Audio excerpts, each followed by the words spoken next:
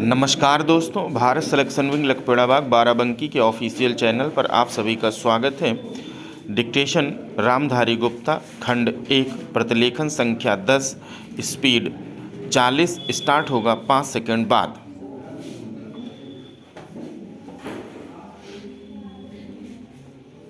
सभापति महोदय, आज हमारे देश में जो ऊपर से लेकर नीचे तक शिक्षा दी जा रही है, उसमें व्यवस्था ही एक कारण है, जिसकी वजह से शिक्षा का स्तर गिरता जा रहा है। मेरा अपना विचार है कि जो शिक्षा प्रणाली है और जिस रूप में शिक्षा दी जा रही है, वही अनुशासनहीनता का भी कारण है। अपने देश और प्रदेश में हर एक की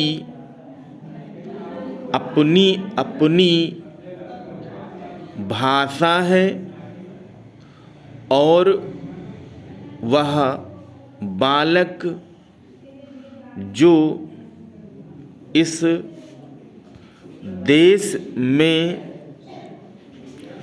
पैदा हुआ है, जो अपनी मातृभाषा की गोद में पला है, उसको यदि अपनी मातृभाषा में ही शिक्षा दी जाए तो मेरा विचार है कि शिक्षा का स्तर ठीक हो सकता है। जो सबसे बड़ी भूल और कमी सरकार के द्वारा दी जाने वाली शिक्षा के संबंध में हो रही है, वह यह है कि बालक की मातृभाषा में शिक्षा न देकर उसको उस भाषा में शिक्षा देने की व्यवस्था की गई है। जो हमारे देश या प्रदेश की भाषा कभी रही ही नहीं, मेरा अभिप्राय विदेशी भाषा अंग्रेजी से है। मैं यह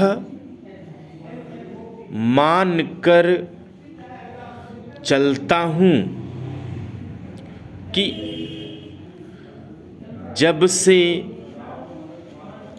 यह भाषा इस देश में आई है, चाहे वह किसी कारण से आई हो, इसे आप भी और इस माननीय सदन के सदस्य भी जानते हैं कि उससे बुरे परिणाम ही निकलते हैं। कोई भलाई नहीं हुई। इस देश को जो हानि हुई है वह किसी से छिपी नहीं है। हम देख रहे हैं कि हमारे यहाँ जितना फैशन बढ़ रहा है और जितनी वेशभूषा बिगड़ रही है, वह सब अंग्रेजी भाषा के ही कारण है। जिस समय यहाँ पर अंग्रेजों का राज्य था, प्रायः